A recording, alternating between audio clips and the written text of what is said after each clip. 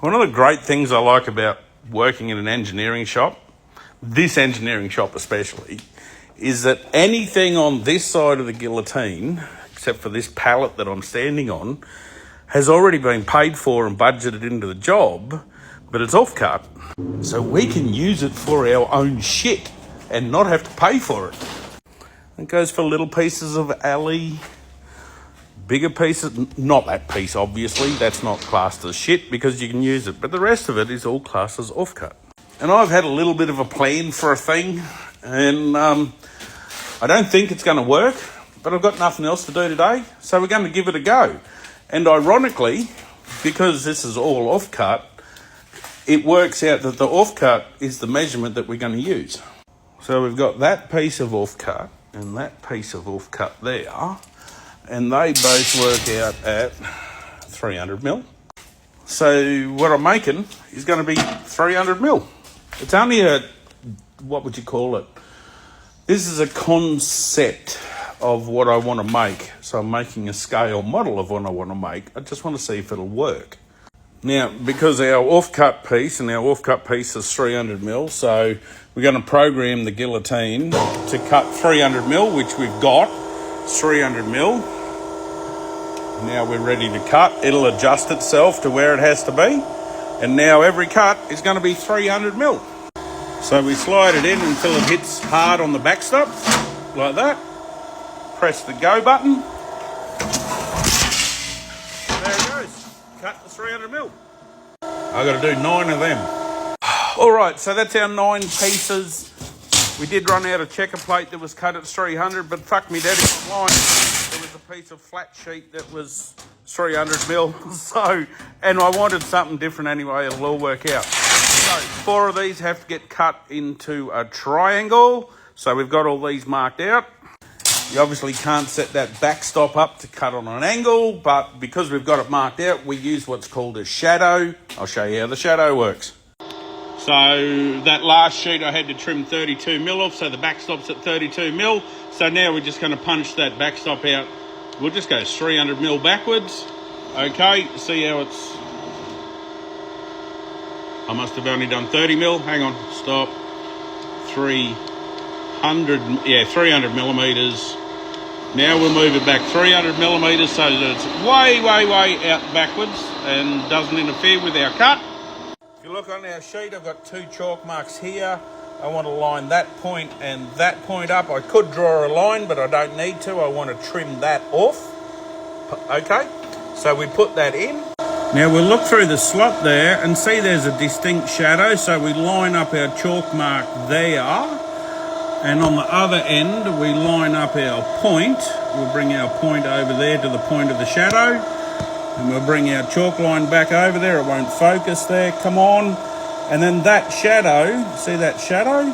It's aligned, the back shadow, not the front one. It's aligned with the edge of the blade. So that's where our cut will be. Okay, so there's all our pieces cut. Up to the big workshop. All right, our pieces are all cut. Now we want to corner to corner join them. Because this is checker plate, there'll be that little bit of a ripple in the cut. There's always going to be an air gap in there. But on our new Weld Class welder, we want program 3 on this one, which is just telling the welder that we got 0.9 wire into it.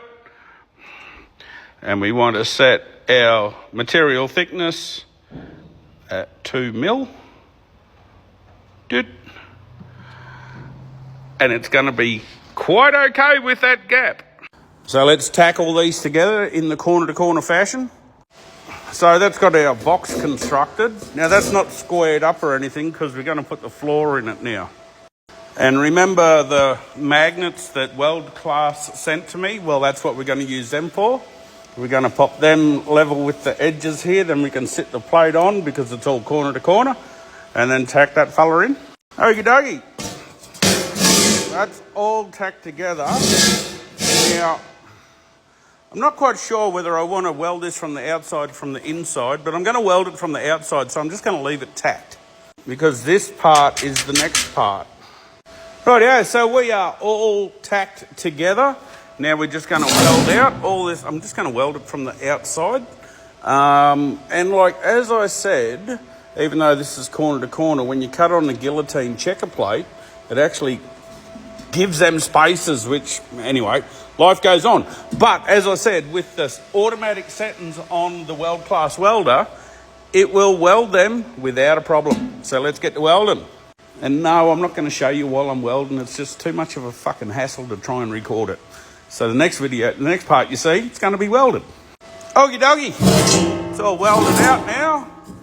Man, I am so impressed with the welds that come out of this welder. I don't think it's the nut holding the butt. I honestly don't. I think it's a bit to do with the welder itself, the automatic settings. I know some of them are a bit lumpy. I'm not putting this up as weld porn, but like,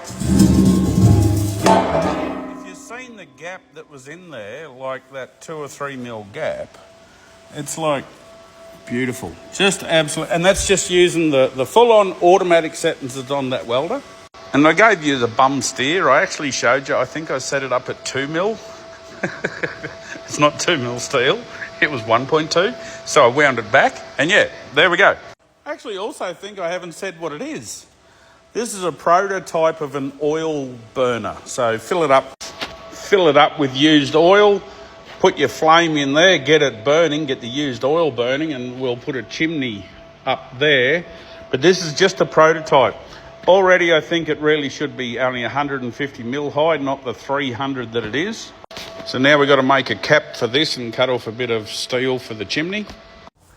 Okay.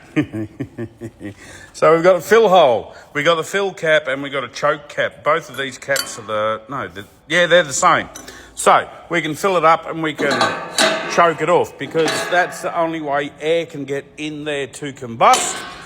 This is the top choke, which will fit over the chimney, which can extinguish the flame. So once we put a stopper over that, a stopper in that, no air can get in, no air can get out, so the fire will extinguish.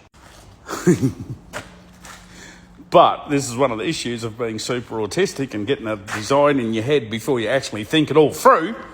That fill area is 300 mil high, 300 millimetres across, and 300 millimetres across.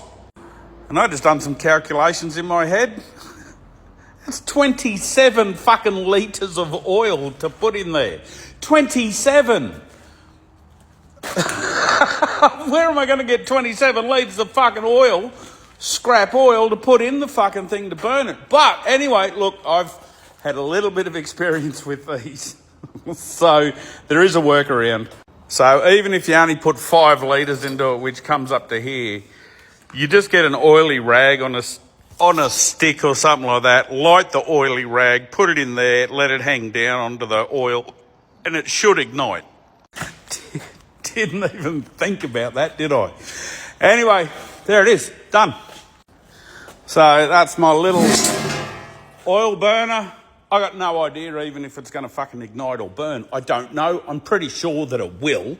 I reckon if you put diesel in there, we might put some diesel in it and give it a go. But there it is. Ta-da! No need to grind.